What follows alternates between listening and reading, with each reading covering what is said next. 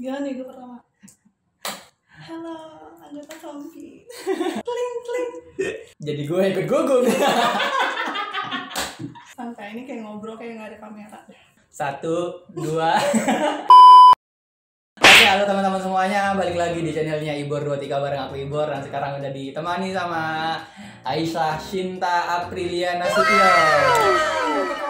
Tenang kan, kalian kan disapa cewek cantik kan? Dasar. Ini yang banyak kalian minta juga ya. Aku hadirin, mintanya yang mayoret, yang cantik. Oh iya. Ini aku kasih yang lebih ya, udah mayoret, polpra, pinus juga ya. Dan juga ini adalah PNS pengusaha. Oke. Ngebet kaya ya ini ya. Usahanya apa boleh dikasih tahu? Ada jual madu, jual kurma, jual baju jilbab. Kemarin aku udah beli kurmanya, enak kurma Jua ya kemarin ya. Dan juga ada sarang madu juga, kalian bisa beli. Langsung cek ke Instagramnya. Langsung cek ke Instagram. samaku.id. Dan di Instagramnya Aisyah juga bisa ya, DM di Instagramnya Aisyah langsung order di Aisyah juga. Aisyah ini juga punya channel YouTube juga, namanya apa channelnya? Aisyah Shinta. Nanti aku bakalan taruh linknya di deskripsi di bawah. Jangan lupa di subscribe Ya, juga. subscribe, like, dan comment, share. Makasih banget Aisyah Shinta ini udah datang di sini. Kita bakalan ngejawabin pertanyaan-pertanyaan teman-teman seputar mitos atau fakta. Tapi sebelumnya seperti biasa, kita akan kenalan nih. Masa sih nggak ada yang kenal gue gitu? Nggak ada. Sombong amat. Nama gue Aisyah Shinta Aprilia Nasution, pendaftaran DKI Jakarta. Kemarin ngambil instansi Polpa sama unitnya. Kalau DKI itu 36 orang ya, 13-nya cewek, 23-nya cowok. Nah ini Praja dari DKI ini menarik. Lo kenapa sih dulu mau masuk ke IPDN? Secara lo kan di Jakarta nih, lo anak Jakarta nih. Kalau lo mau Anak gaul bisnis, gitu ya. iya anak gaul. Dulu kan sebelum lo tunjangannya belum segede sekarang dong. Motivasi gue sih sebenarnya pertama nggak masalah gaji ya, nggak masalah gaji. Jadi nggak tahu bakal misalnya sekarang sebesar itu kan. Nah, terus sebenarnya tuh dulu pengen banget masuk akuntansi di UI, dapat snmptn undangan. Setelah dapat, udah milih tuh, tetap ya namanya nilainya masih pas-pasan mungkin ya. Jadi dikalahin sama yang tinggi-tinggi, terus ikut snmptn tulis nggak lolos juga. Akhirnya sampai ikut simak UI-nya langsung. Terus sampai ngambil D3-nya akuntansi. Pertama sih ikut kedinasan, seleksi kedinasan tuh Akpol ya, nggak lolos di kesehatan pertama. Dengar IPDN buka dan itu hari terakhir, dan itu udah posisinya udah mau sore, terakhir tuh sore. Akhirnya gue tes kesehatan, daftar, masih ada kesempatan buat ngasih berkas yang lain, yaudah akhirnya ikut seleksi IPDN. Terus motivasi lain gue sebenarnya kalau kedinasan itu kan nggak perlu yang namanya kayak ganti-ganti baju. Kalau kuliah kan, aduh besok pakai baju apa ya, tas gue apa ya. Kalau sekarang tuh kalau kedinasan tuh enggak kan. Ini motivasi baru ya buat kalian ya. 1, langsung kerja, 2, gratis. Yang ketiga gak mikir baju besok pakai apa. Berarti pengkaderan GAP dulu mulainya Madya juga. Madya, barengan sih sama Polpa. Lu motivasi lu masuk GAP apa? Sebenarnya nih, gue tuh sebenarnya pengen banget namanya masuk biro umum. Pengen itu ngurusin namanya event-event, acara-acara gitu kan, karena merasa kayaknya bakal berguna aja buat nanti di dunia kerja gitu kan. Tapi pas berjalannya waktu akhirnya disuruhlah masuk drum band gitu kan. Awalnya sih dari color guard. Itu pas Madya. Nah, color guard apa? Pokoknya yang pertama pengkaderan itu ya color guard. Color guard tuh yang megang bendera warna-warni di belakangnya. Tim hore. Udah mau menuju buat pengkaderan kan.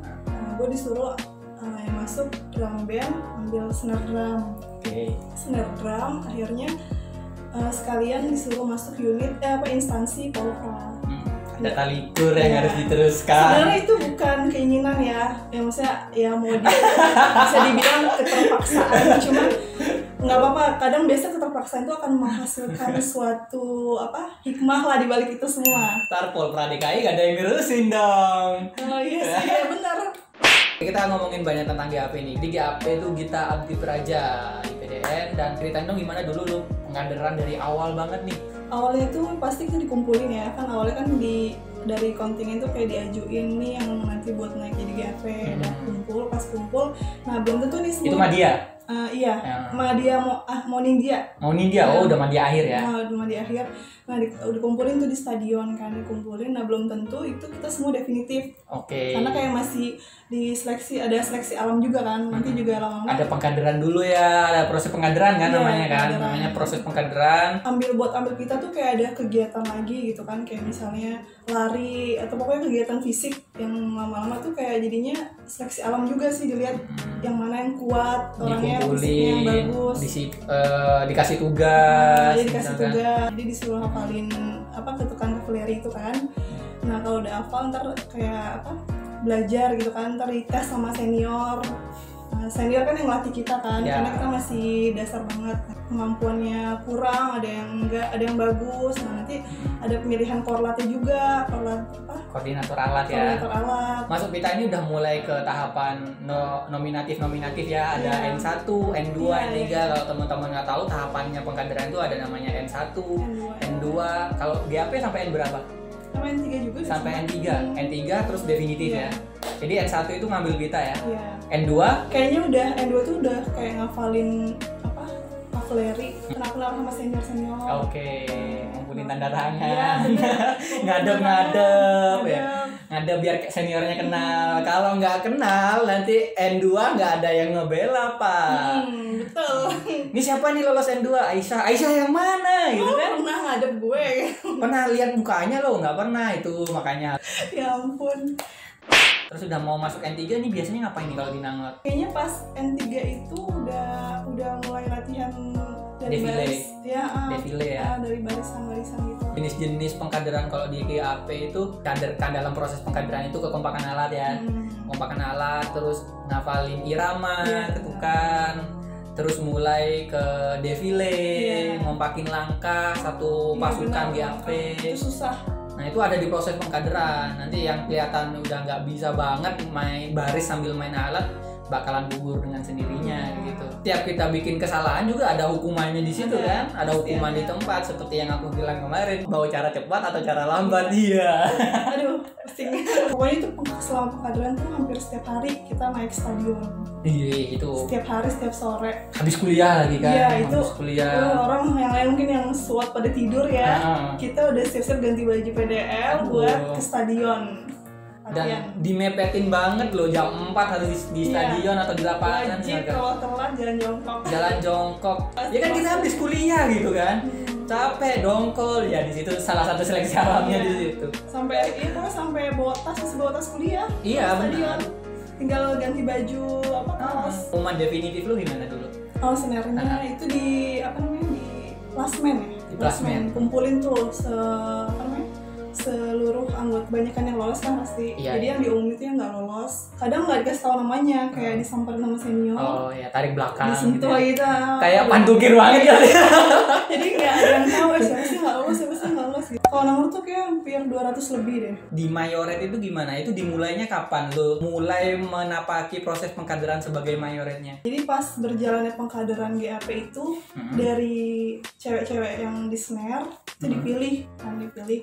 Seingat gue sih hampir 10 orang yang dipilih buat jadi kader mayoret. Adanya lagi, ada kumpulannya lagi, kayak setiap hari harus ngadep ke kakak mayoret. Kakak kader mayoret ya. Sambil dilihat kan. Jadi lo udah ngadep ke kader snare, lo ngadep ke kader mayoret ya. Ya itulah kerjaan setiap malam gue. Siap. Syaratnya lo bisa maju jadi kader mayoret itu apa? Kalau yang gue perhatiin sih syaratnya mungkin pasti tinggi ya. Yang pertama buat mimpin pasukan kan pasti harus kita bisa dilihat gitu kan, biar ngasih kode itu kelihatan gitu. Mana kodenya? Ya gitu deh. Coba dulu. On, up. Cek poin. Iya. On, up. Wih. Aduh mana? Proporsional kali badannya ya. Oke. Harus proporsional. Karena kan kita harus ngeliup tuh. Jadinya harus lemaknya harus ada yang berkurang lemaknya. Jadi kemampuan untuk kayang itu jadi salah satu seleksi alam juga ya akhirnya ya. Iya. Yang nggak bisa kayang ya gugur. Iya. Kayaknya pas udah 5 besar baru diseleksi lagi. Oh ya udah 5 besar nih. Terus dipilih lagi. Kan butuh 3 ya. 3 orang. Ya udah dipilih sama senior yang pasti atas rekomendasi pengasuh juga pastinya kan. Nah dipilih lah, akhirnya terpilih bertiga, gue, Nasmi sama Iza. Jadi sambil jalan, sambil belajar juga ya. Karena harus definitif dulu buat baru bisa megang stick itu. Oh iya sih. Nggak bisa, masih kader. Pernah nggak salah ngasih instruksi itu? Pernah, tapi untungnya Yang paling fatal deh yang lo inget, yang berkesan itu waktu kapan? waktu pertama kali tampil. Jadi tuh pas pertama kali kita definitif nih, kita langsung udah dikasih tugas buat tampil di Makassar. Itu bener yang masih belum biasa kan, belum biasa buat ganti lagu dengan masukin kamera itu belum biasa. Jadi bener hancur. Jadi lo ngerasa paling hancur di Makassar ya? Iya. Waktu dan memang itu masih pertama ya? Iya masih pertama aja, wajar ya, wajar. Senior emang kenapa wajar? Enggak sih. Tetap koreksi ya, pulang-pulang ya. Kalau kita stick master sama Mayoret, nah yang ketuanya itu Gita Pati. Si Degun. Nah, itu dia kayak ketuanya yang bisa ngambil keputusan deh untuk pengambilan drum band. Jadi tugas utamanya itu ngatur tempo sama apa? Ngatur barisan, nentuin lagu juga. Ya, pokoknya benar harus berjalan dengan baik tuh ya, kita yang ngatur stick master Mayoret gitu kan. Apalagi kalau pas defile ya, yang muterin kota, itu kan benar barisan harus rapi terus. Kalau enggak nanti malah ada yang keinjek lah jadi nggak seragam, jadi ngaruh sama tiupannya, sama iramanya. Jadi gue rangkum nih syaratnya untuk terpilih jadi Mayoret tadi tinggi ya. Tinggi, terus berpenampilan menarik lah ya. Kayak kakak ini ya. Iya. Emang gue menarik ya. Terus ya ada pengkaderannya sendiri, kayak pada akhirnya terus bisa atur barisan, ngapalin lagu, kayang, terus dan seterusnya. Yang pasti harus fisiknya kuat, mentalnya kuat, harus benar. Harus pinter, nggak pinter sih. Karena kesalahan anggota itu stick sama mayor yang tanggung ya. Kena Bapak Ibu. Stick dan mayor itu pasti kena juga dan jatah lebih ya. Lebih. Selama lu jadi mayornya di AP23, lu udah tampil di mana aja? Seluruh Indonesia hampir. Kecuali Aceh, Papua belum. Nah, kita juga diundang ke Kaltara juga waktu itu, yang masih ulang tahun pertama. Iya, masih provinsi Pemekaran ya. Pokoknya pas waktu di Kaltara tuh seru juga, kita naik speedboat. Jadi setelah sampai di Tarakan kali ya, nah buat ke Kaltara itu naik speedboat lagi. Setiap kota punya banyak cerita deh. Pinus Putri Nusantara IPDN angkatan 23. Berarti tahun berapa itu waktu itu tuh? 2014. Jadi kayak Putri Indonesia ya, ajang pemilihannya semacam bener-bener representasi dari semua provinsi di Indonesia ya. Betul. Dan bener-bener diadu kayak ajang Putri Indonesia, bener nggak? Iya benar. Ada hampir sama. Tanya jawab juga kan? Karena jurinya juga Putri Indonesia. Juga pejabat-pejabat tinggi juga. Yang menyematkan langsung Ibu Menteri loh. Pinus tuh yang dinilai apa aja sih dari tahap pertama dulu? Sebenarnya nggak ada niatan juga ya buat berharap untuk mengikuti ajang itu. Sekali lagi ini perintah. Itu menurut tadinya tuh yang pakai pita juga. Itu termasuk pengkaderan juga ya. Ini pita pink ya? Iya pita pink. Nah itu tadinya tuh korput, koordinator putri dari kontingen. Pas udah berjalannya pengkaderan sampai mau ke tahap seleksi, tiba-tiba kita itu ke gue, apa ini gitu kan, lo harus maju nih kan. Iya lo aja maju ya kan. Nah akhirnya persiapin lah kan apa aja sih yang mau diseleksi. Nah yang pertama tuh seleksi akademik, ada ntar kayak ngerjain soal-soal, terus nanti ada pertunjukan menunjuki kemampuan bakat dan bakat. Nah itu ada diseleksi juga. Setelah itu wawancara, ditanya-tanya lah, terus ditanya pakai bahasa Inggris gitu ya, sedikit-sedikit lah bisa gitu kan, buat perkenalan diri. Gak ragu lah ya kan. Sedikit-sedikit. Kalau pemilihan kayak gitu mungkin dilihat juga ya pengasuhannya ya. Dia sikapnya gimana, pribadiannya gimana, kesehariannya gimana, pasti kayaknya dinilai juga itu dari itu. Terus pas udah nampil malam puncak, terpilih lah sama kayak Putri Indonesia. 20 besar. Untungnya kita cuma 33 provinsi ya, dulu belum ada Kaltara kan. Belum kan, angkatan 23 belum ada Kaltara. Jadi 33 provinsi kan. Benar. Saingannya 33 provinsi. Tampil tuh show terus di pakai busana daerah Iya, masing-masing pakai gitu busana, ya. iya menunjukkan busana daerah masing-masing. Di eliminasi kan. Oke. Jadi 10, terus jadi 5 sampai akhirnya jadi 3 besar. Alhamdulillah gue masuk ke 3 besar. Berarti di situ juga lo ngejawabin pertanyaan dari Nah, juri setelah itu, juga. Setelah 5 besar jawab pertanyaan, baru ke 3 besar jawab pertanyaan lagi. Oke. Sampai menentukan juara pertama. Jadi benar-benar kayak Putri Indonesia ya. Iya. Benar-benar perwakilan dari 33 provinsi yang ada di Indonesia. Kita cerita lu Polpra, lu Mayoret, lu Pinus juga. Waktu lu masuk IPDN awal lu pernah kepikir nggak sih buat sampai ke titik itu? Nggak pernah terpikirkan. Yang gue pikirin cuman yang penting cepat lulus lah, bisa ngebagiin orang tua kan. Tapi pada akhirnya lu laluin itu semua dan lu dapetin itu semua. Iya, alhamdulillah. Tips lu, semangat lu biar bisa sekuat itu, ini kan pasti butuh mental dan fisik yang luar biasa. Bener. Ini gimana lu ngejaganya? Yang pasti sih di pendidikan itu gue selalu mikir jangan pernah melakukan kesalahan ya. Selalu megang itu, jangan pernah melakukan kesalahan. Kalau udah melakukan kesalahan tuh kayak bakal depresi banget gitu. Jadi bener cari aman lah ibaratnya gitu kan, ngelakuin apa yang udah diperintahin, jangan membangkang. Terus motivasinya orang tua sih ya, biar bahagiain orang tua. Jangan sampai dapat kabar ke rumah tuh yang nggak enak gitu soal kita gitu kan. Sebisa mungkin dapat kabar tuh yang membahagiakan gitu. Terus selalu mikir dia bisa, kenapa gue nggak bisa gitu. Pokoknya lakuin terus deh apa yang kalian bisa semampu kalian. Jangan patah semangat. Pokoknya semua yang kita lakukan pasti ada manfaatnya. Sekali lagi, contoh yang berprestasi di ini karena menempatkan orang tua sebagai motivasi ya.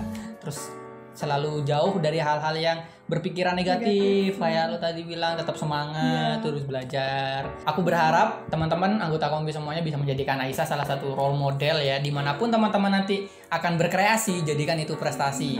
Kalau Aisyah bisa, kenapa kalian enggak? Lu aja tadi yang nggak niat ya dari muda praja kayaknya enggak ya? Bener-bener nggak, maksudnya nggak punya tujuan buat jadi ini. Ngalir aja semuanya diikutin. Selama kita baik, pasti kita dapetin yang baik juga. Kalau kalian dari sekarang udah dikasih motivasi kayak gini, harusnya kalian bisa lebih. Oke, stay tune, tonton video lanjutannya di channelnya Ibor23. Terima kasih udah nonton video ini. Jangan lupa untuk tekan tombol like, subscribe buat yang belum, dan share ke teman-teman kalian yang lain. Aku Ibor dari Ibor23 dan Aisyah Sinta April. Terima kasih. Stay strong and goodbye. goodbye.